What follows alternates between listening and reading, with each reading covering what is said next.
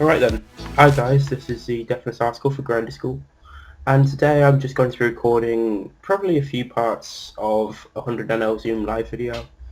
So without further ado, I will get into the action. We're just going to be recording two tables today. I think, well, that's for a number of reasons. Firstly, it's about 7 AM in the morning English time, which is rarely a particularly active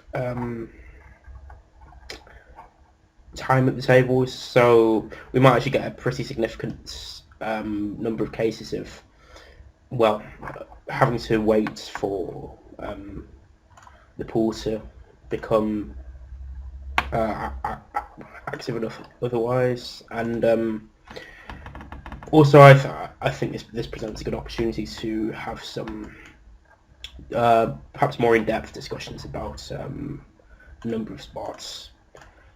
So I think 3-betting King 9 suited small blind against button is probably fine, given we're using a depolarized small blind 3-bet strategy. Our opponent's playing 4 tables. When he snap checks back the flop, I think he very rarely has a better hand than us. We can use a timing tell to that extent. I think it was certainly with a weak queen. With a strong queen, he's nearly always going to bet. With a weak queen, jacks or tens, which he might 4-bet pre anyway. He probably at least thinks about betting in that spot. Yeah, similarly, I guess he can have ace-9, but that's pretty much the only hand which is better than ours in his range. And certainly we're going to have some hands that we want to delay to c-bet there. As a bluff, I mean.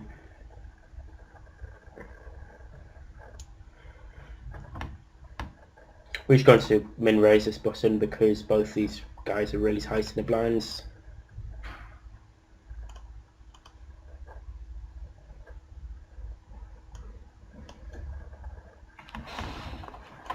And we'd be raising a very wide range first in on the button there.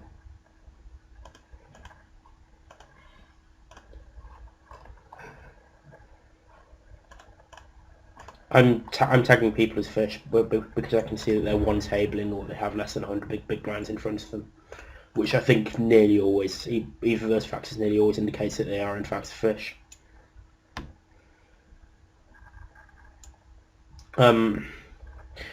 Given the fish in the pot here is short stacks, I don't think the small blind is going to be squeezing quite as wide as he would be otherwise. So I wouldn't be particularly inclined to call ace-jack off anyway. I'd be most likely 4-betting or folding it. But that certainly makes me less inclined to take either of those options. Sixes isn't going to be a standard flat middle position against under the gun. Normally it's just a fold because there tend to be a number of people behind who can choose to squeeze, and also your hand isn't going to play that well against an under the gun range. But because both the open is a probable fish and there are 2 probable fish behind me, both of whom have entered the pots, I think it's a situation where we can definitely call. In this situation, I'm actually going to raise the flop. Normally, I'd recommend with fish left to act not having a raising range on most boards because we want to keep them in the pot. But I think on this particular texture, it's a situation where most of both players' continuous ranges are going to be decently strong draws and overpairs. The only real difference is that they're more likely to fold an 8 or gut shots or something, which I don't think makes up a substantial portion of their ranges.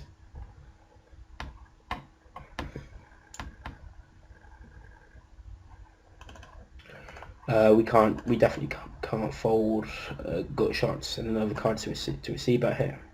And this is actually a card which is really good for our range, because...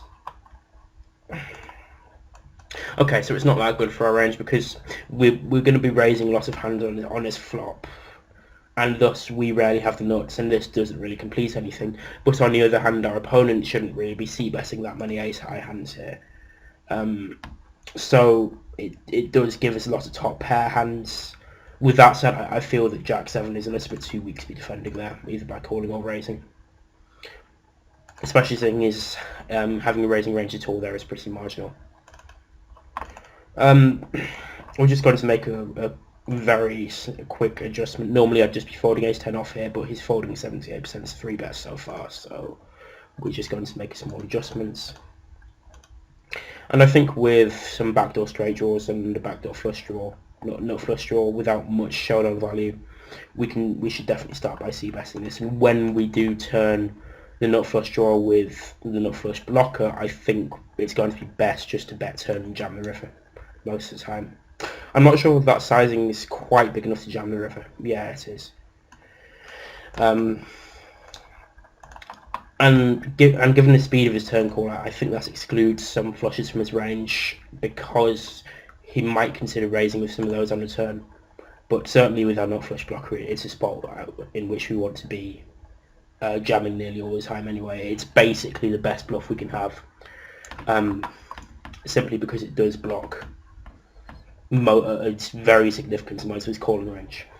Because remember, he's going to be more inclined to call with not just nut flushes, obviously he's calling nut flushes, but also it's going to make him more inclined to call when he has a nut flush blocker.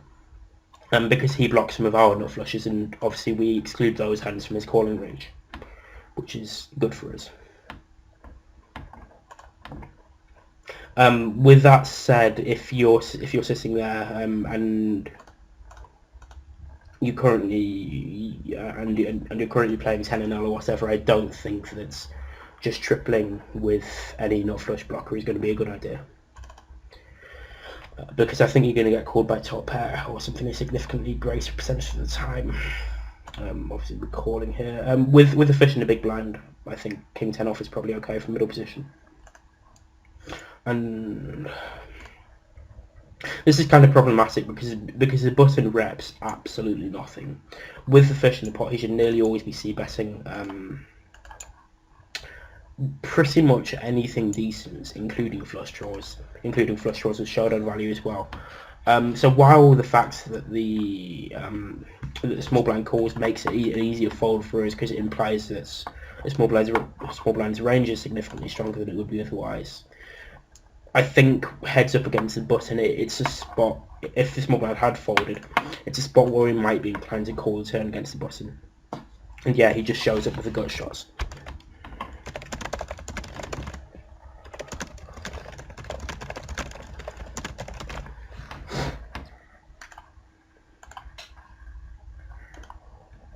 Yeah.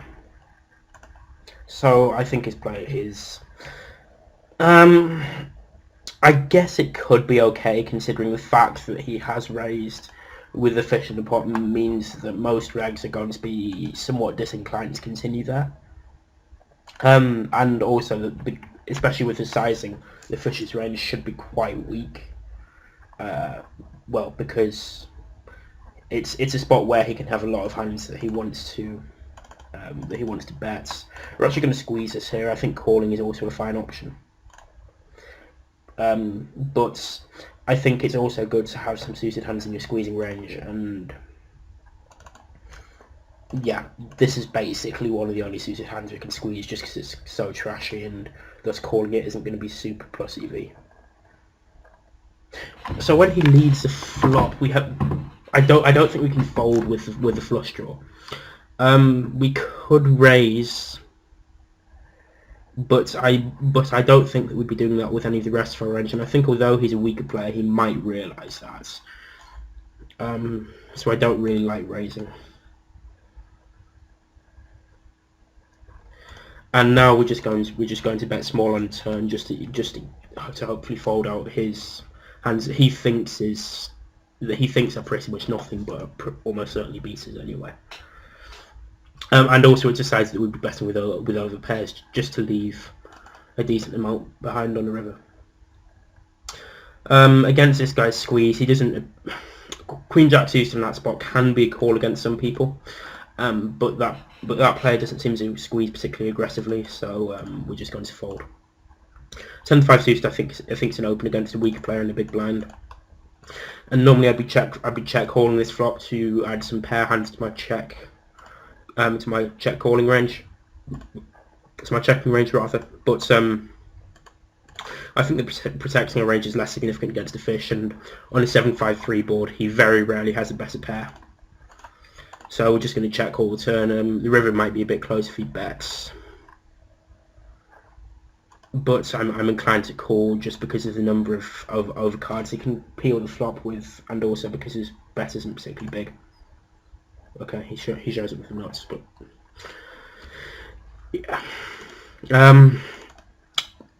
We could delay the c-bet this turn again against the weaker player on table 1. But I do think it's just a little bit too wet to start bluffing very wide against weaker players, because they will continue with a lot of hands and they're less likely to bet a bare gut shot on the flop. Similarly, they can have more 7x pre-flop than most players.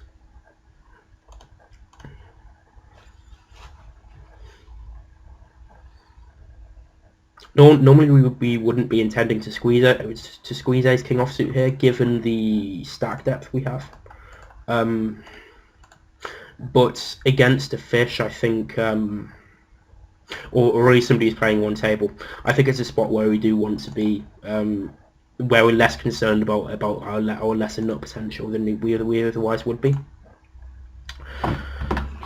That's kind of a tough flop to play. I think we should start by betting just because the fish has more offsuit combos in their range than pre-flop than other players. But I think we expect to fold a decent percentage of the time as well.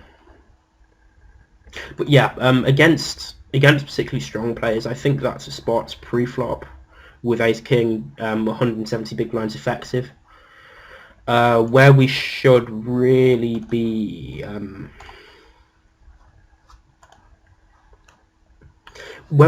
electing to call rather than that's a 6 spot.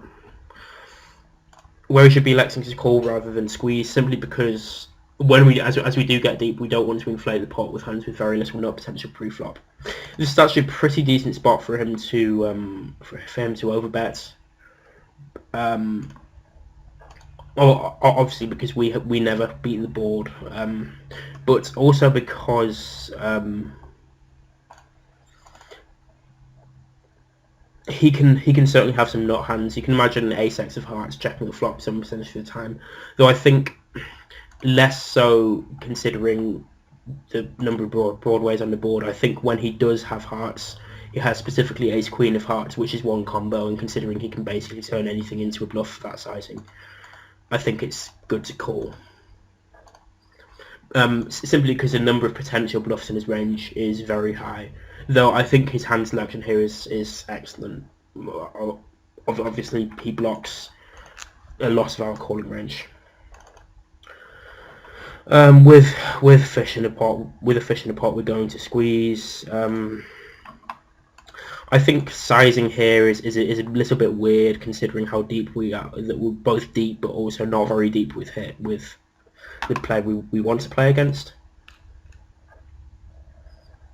And we could choose to call to elect to keep the other fish in the pot, but ace queen off doesn't play too well out of position 4-way. So the turn here is actually quite close between calling and raising. I'm just going to call this time. I think, given his turn sizing, he has a fair few 2-pair plus hands in his range. But against a smaller bet, I think raising is definitely a better option. And considering the number of draws it missed, I don't think we can fold the river.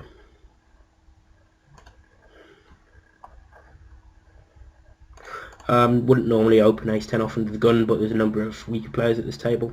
By the way, the reason I keep swapping between saying fish and weaker player is that I'm not sure what's PC at the moment. Well, I suppose PC is something of a misnomer in the poker community, but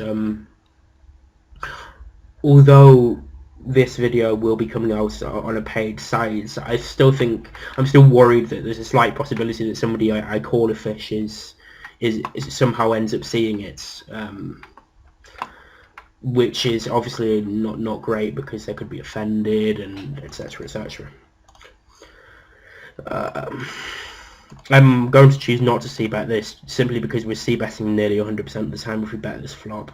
And this is a spot where the big blind should be betting nearly everything, but we can't really defend, especially being full away. So we're just going to fold. We peel this flop because we have a pair and a backdoor flush draw, heads blind against blind, but when he borrows a turn and we don't turn more equity, I think just folding is going to be the right play here.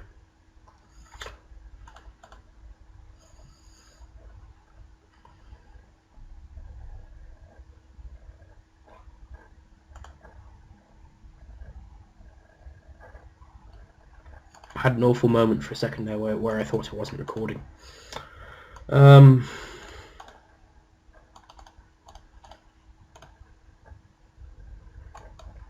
Yeah, I have received a couple of questions about the speed with which I'm able to access note editors and tags, and that's actually something which is built in within the PokerStars settings. So I'm just going to explain. I'm going to check this turn because I don't expect him to fold much of his flop calling range, and we're just going to 3-bet calls against a fish. Yeah. So basically, within the settings, you can set it so that when you click on someone, both you have your selections of color tags pop up, and also they come up on your note editor. Yeah, I run so well. So obviously, when we 3-bet call that, we're going to be behind some of the time that we get it in, but we expect to be able to 3-bet for value pretty easily, but also we expect to be ahead a decent enough amount of the time. Well, we expect to have enough equity against his 4-betting range basically to make the call. We'd rather he called than 4-bet jammed though.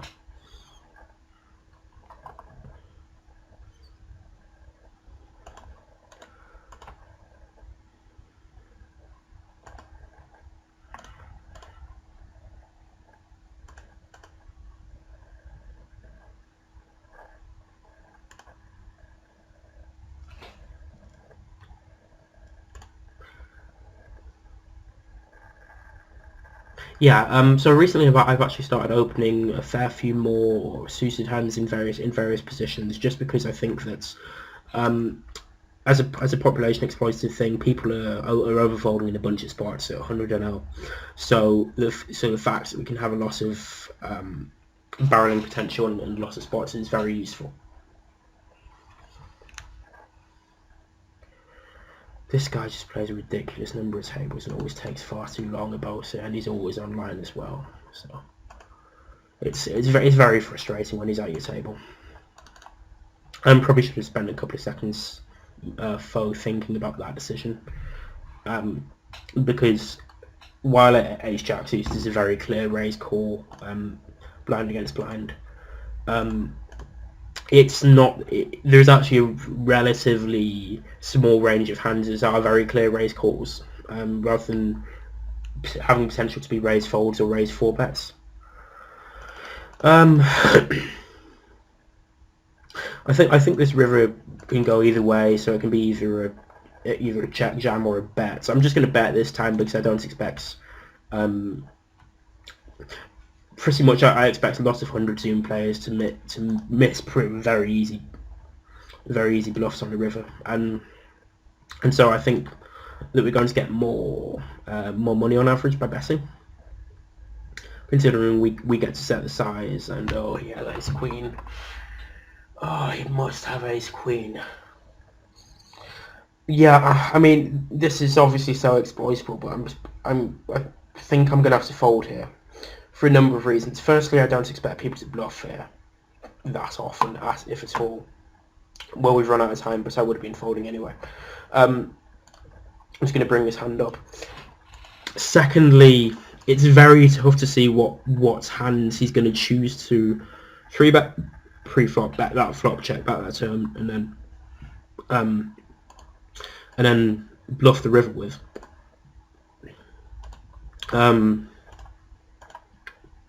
And thirdly, his timing. I think that people very rarely tank and then choose to bluff, because they think that their tanking is a sign of uncertainty and thus a sign of weakness. when in fact I think it tends to be more a sign of strength more often than not. But certainly I don't think that that's enough on its own to make such a big fold, because that hand is extremely high in our range there.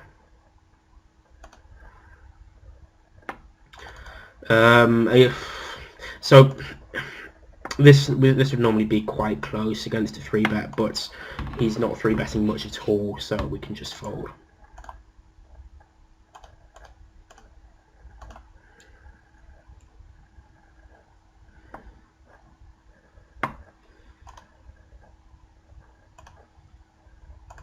For 3, we're just going to check fold the flop. Doesn't seem to be much else we can do.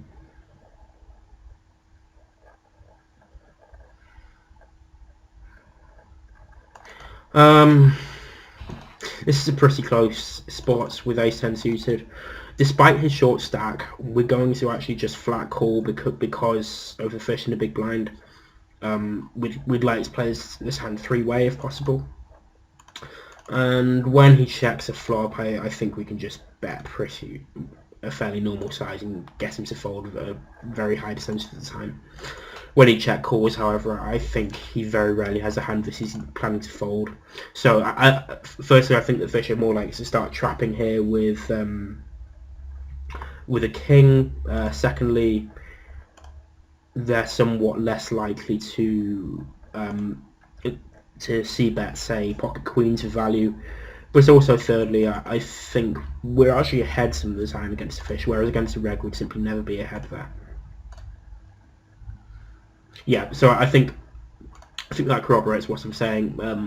10s, I think, on that flop, on the gun against the button, I think should be a pretty clear bet for value, whereas but a fish is going to be more scared of an overcard naturally. Mossified, yeah, so he's had some good tournament results, but in general he's just pretty awful, so we're just going to bet pretty wide and lots of spots against him.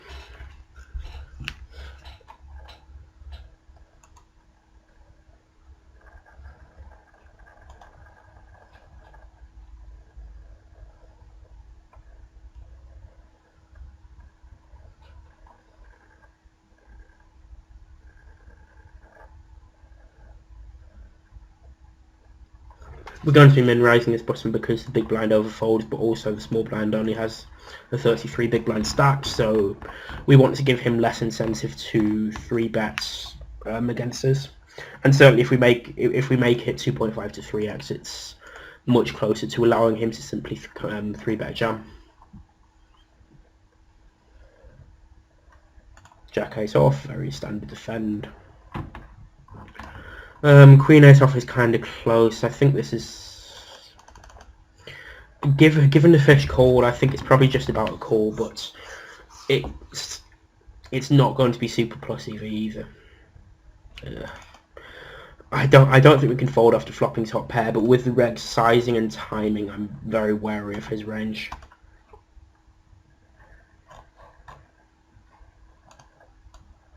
Yeah, we're just going to fold this turn.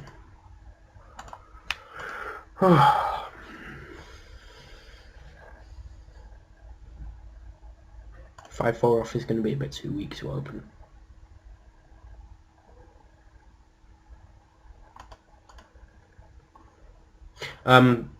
So we'd probably defend 4s heads up, but because the red c-betting range is going to be stronger multi-way, and also because we have a lesser defense responsibility multi-way, because the minimum defense frequency essentially relates to preventing people from automatically profiting, whereas so when there are multiple people who can defend, that means that doesn't change their auto profit frequency on a particular bet size. So that means that each individual has to defend a lesser percentage of their range. Some people still do advocate raising 100% against a small blind limp from a fish, but I don't think that's going to be profitable. Especially so there are some. I think I saw some brief calculations out there showing that in general, you need it to be not that profitable post flop in order for it to be profitable to raise with any two cards. But the problem is that forgets that checking is also plus EV in that situation, which increases the burden in terms of how much profit you need to show to make raising better than checking. Okay, he's one tabling. Because he's one tabling, this is a pretty close decision between betting and checking. It's a semi-wet board, but I think he's just going to be overfolding. So we can just get away with betting what against a good player would be a very easy check. And we're going to be bluffing this river if he checks. Just because we expect him to fold most of his non-flush hands. We don't need to bet very big. 5-3 suited can be a squeeze here as well, but I think calling some percentage and squeezing some percentage is going to be fine. It's going to be best, really. When it checks through and we turn a flush draw, I think it's pretty close between the check call and the bets. I'm going to bet because I'm not sure how good either of these players are, and I want to protect my equity. And obviously rivering the nut low makes this a very easy river bet. I think considering he's going to have a lot of kings through tens in his range, we are going to want to use a pretty big sizing.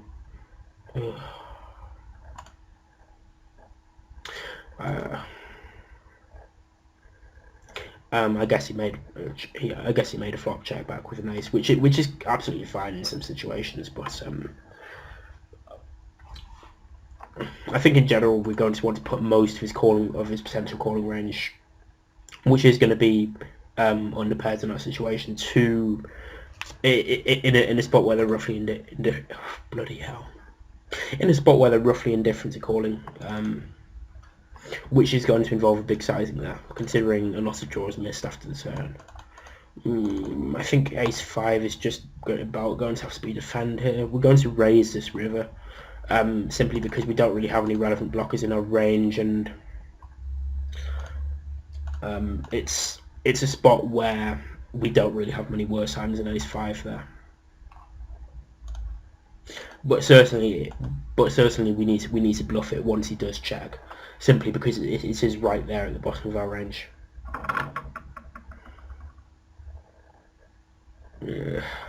Guessing he's odds queen-5, I'm tempted to call, but I think realistically I don't expect to show a profit calling queen-5 offsuit.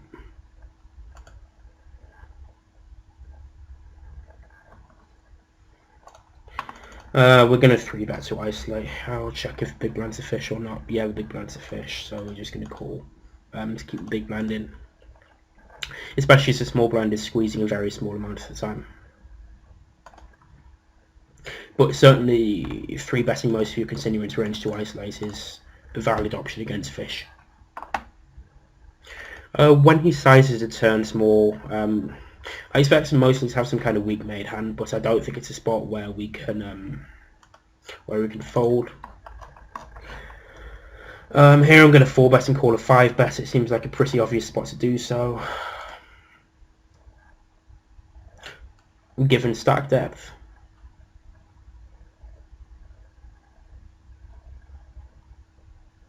If he jams, I'm just going to fold though, because I don't expect him to be using that size as a jam. I don't really have many reads on what he's 3-betting against various positions, but I do expect most regs by the time they reach 100 zoom to have some light 3-bets against under the gun. And also, I think we do want a 4-betting range in this spot, so we don't have to defend super wide. I'm going to take a look at that hand later, but my rationale at the moment is that we do want a 4-betting range in that spot. So we don't have to call super wide, and the fact that we have a 4-betting range means that we don't want our value range to just be aces. That leads to all sorts of problems for a range, because it means that any hand with an ace is instantly a very good blocker for him, an extremely good blocker because it blocks half of our value range, and it might not block any of our bluffs. And also it means that he suddenly gets a lot of bluff catches in his range, which is okay for us, but it becomes a very tough spot. Given these hands are only necessarily bluff catches pre-flop, and we have to play flops. When your range is very defined, that's never a good thing. The fact that this guy is raising 70% on the button so far kind of inclines me to 3-bet, but it's a very small sample, so I'm just going to fold. River is going to be a very clear check call here. Wow, he misplayed that. Okay, but obviously when it's a weaker player, you expect him to misplay a lot of hands. Yeah. So simply speaking, he has all hand 7s through 2s, which are now cards fitted, which is going to bluff some percent of the time. He's also going to probably decide to turn I don't know what hands into a bluff. Maybe Jack 10. He decides not to bet until now. Against a pot-sized donk, I think we just want to raise call here. Against a weaker player, because although certainly they can have sets in their range, they could probably have some straights as well. A lot of the time it's just going to be them overplaying a small overpair or getting too excited with a flush draw, or indeed playing top pair like that.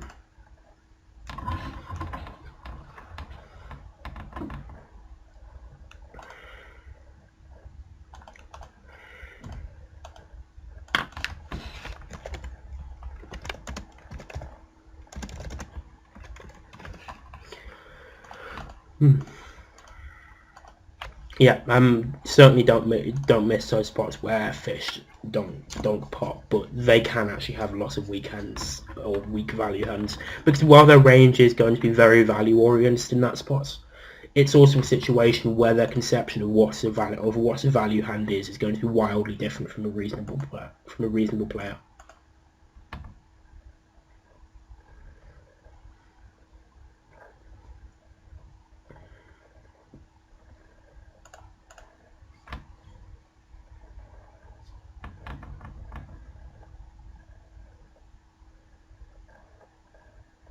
I mean, you must see what I mean about this very irritating.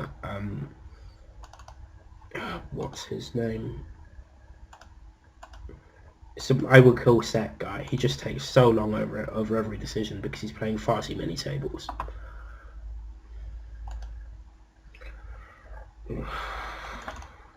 I really don't like check folding his hand. In fact, I'm not going to. I think it's a spot where he probably needs a check call, just because we don't have many better hands than Ace King in our range. But likewise, when we reach this river, it's actually quite tough for us to have worse hands than Ace King, so I think maybe we should start bluffing. Now, explosively speaking, I don't expect him to fold a 9. Wow, that's bad.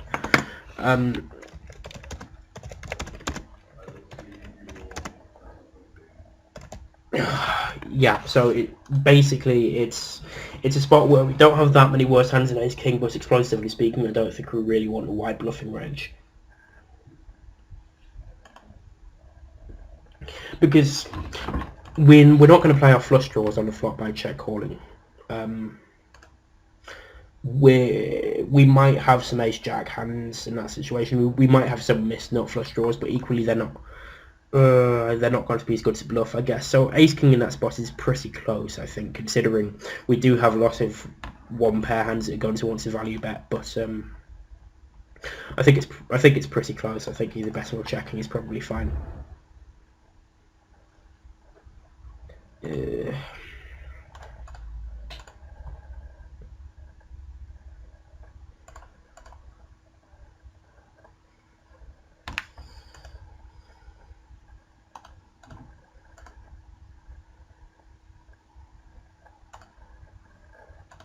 Very easy squeeze. Because it's a fair shadow, I don't think we need to make it smaller because due to his stack size. Than like we would against a reg. Flop sizing here, I think we probably just about want to play 3 streets, so we're going to bet half pots. This probably isn't going to leave much behind on the river, but and we're not looking for 3 streets now, but I don't think it's a situation where we need to be too concerned about leaving a decent amount behind on the river. Oh Jesus. Oh.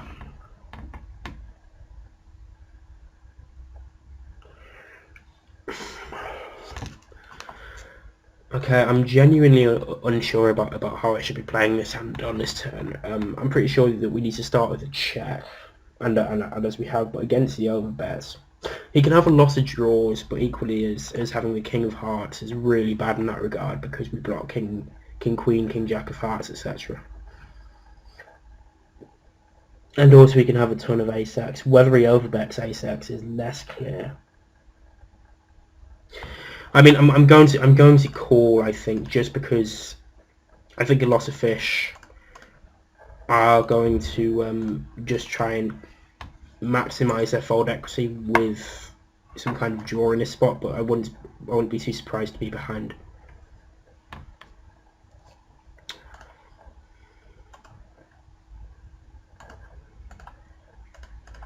And that's actually mostly based on a very similar hand a friend of mine showed me not too long ago.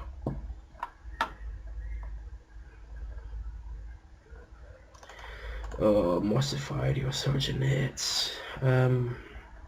He actually 3-bets a pretty decent amount, so we are going to be able to 4-bet this. Despite being deep, we don't need to 4-bet very big, but certainly it's a spot where we're not going to be delighted to get it in, and we're probably just going to. We probably wouldn't have a 6-betting range here, simply because our value 6-betting range would just be aces, and having a one hand 6-bet value jamming range is pretty bad for the reasons I essentially discussed earlier. This is obviously a really bad flop for us, and I think we can possibly even just fold this turn. The thing is, lots of the hands we do 4-bet for value here. Sorry, lots of the hands we 4-bet as a bluff here are going to be ace-X. So kings isn't that high in our range. Because we're going to check back like ace-2 of hearts on the flop all day, every day. I'm going to have a fair few combos of that. We might also have some 1 or 2 Jack X hands. We also have aces in our range when we check back that flop. And also Mossified is a big nit who never bluffs. That's some key elements.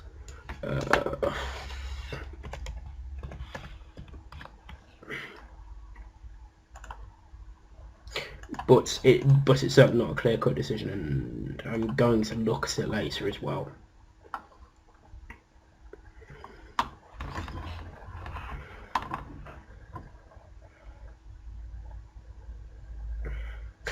Once he just flats a squeeze, this is just a board that I'm just going to go batshit on all day, every day, because it's really good for my range and really bad for his.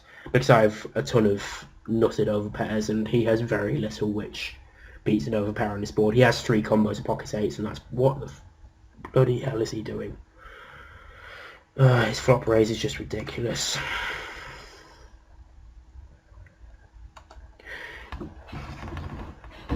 This is just... The thing is, this is really awful with any hand that he can possibly have. Which makes me inclined to think that he has aces here. That's the only hand that I could reasonably put him on, I think. But I don't think I can fold in case he's overplaying queens. I was literally going to say in case he's overplaying queens. I think jacks is pretty close there, but because it's a fish jamming less than 50 big blinds, I don't think I can fold.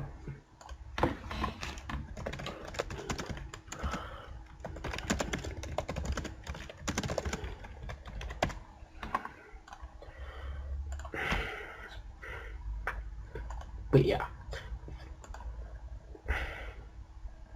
That's the sort of mistake I'd expect to see a 5-0 reg making, not some guy who chips big tournaments and I think he sells it at 1.15 markup or something for pretty tough tournament series, which is obviously ridiculous.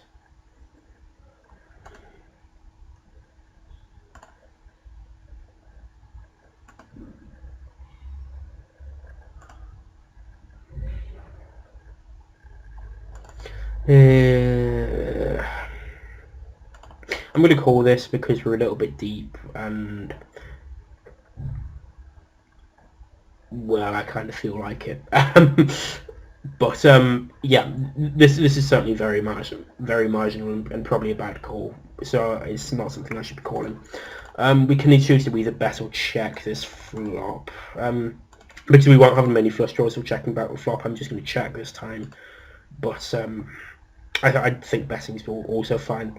Though certainly, if we were in a small blinds position and had the initiative pre-flop, this would be a very clear check call. Obviously, we're not folding the turn, and river, if he bets, it's going to be pretty close between a call and a raise. I think probably a raise fold if he bets.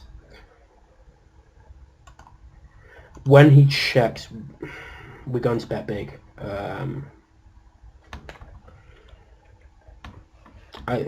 You see, whoops. The thing is, we have a lot of misdraws here, and because we can definitely check back the flop and then just call the turn with a jack or a 7. Maybe we have some miss nut clubs here, and he's capped his range by checking this river. So it's a spot where we can bet any size with a whole load of value hands, and thus we can have a load of bluffs, and that makes it really good to overbet our range. Bloody hell! I guess he's planning to check raise the river. I think I have to fold here.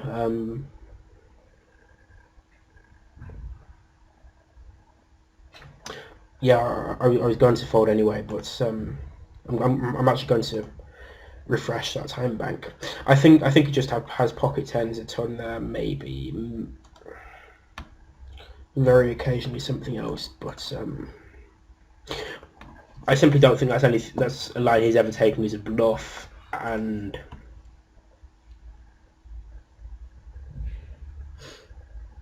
I guess it's quite a decent spot for him to check raise, simply because it's a spot in which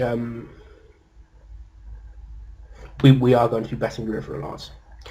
It's kind of unfortunate that we have to reload the time bank simply because it means that we don't get into any super interesting deep spots.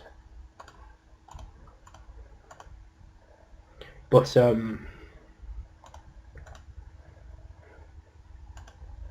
I think it's kind of necessary.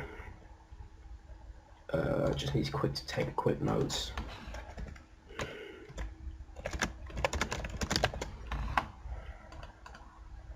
Because the big blind is significantly overfolding this spot, I'm just going to min raise, so very wide range. Whoops, didn't need to close that one.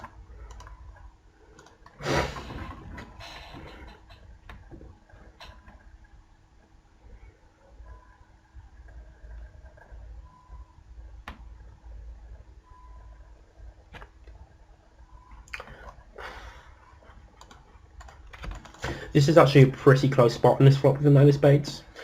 Because we're 4-way, I think I'm more inclined to bet. I'm less concerned about protecting my checking range. But if we were 3-way, this would be a very good hand to check because it's significantly less vulnerable than 9s without a spade, and also it's a less clear-cut value bet than say aces with the ace of spades. Though aces with the ace of spades would also be a semi-reasonable check call.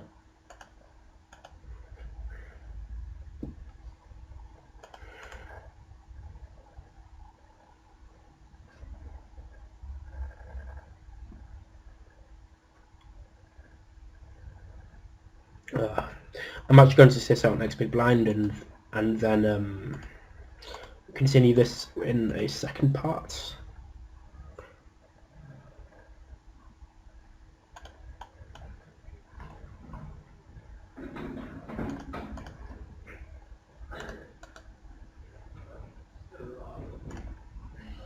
clearly not folding king 10 off to a min 3 bet, getting about 1 billion to 1. Even against the net, I think 96 off is probably pretty marginal to open in the small blind.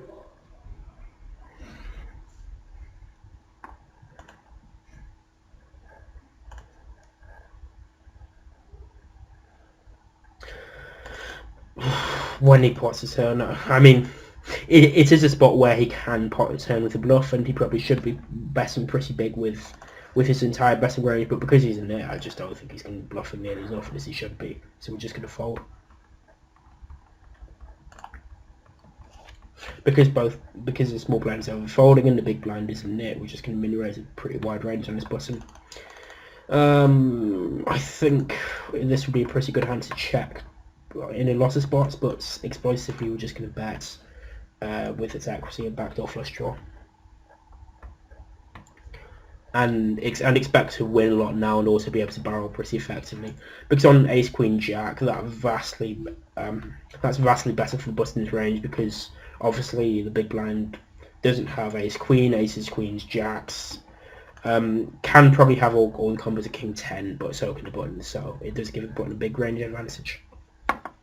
Okay guys, that's enough blathering on from me for today. You will probably see the second part of this video next week, but that was going to be a week away, so it's not today. Crikey, I am blabbing on now.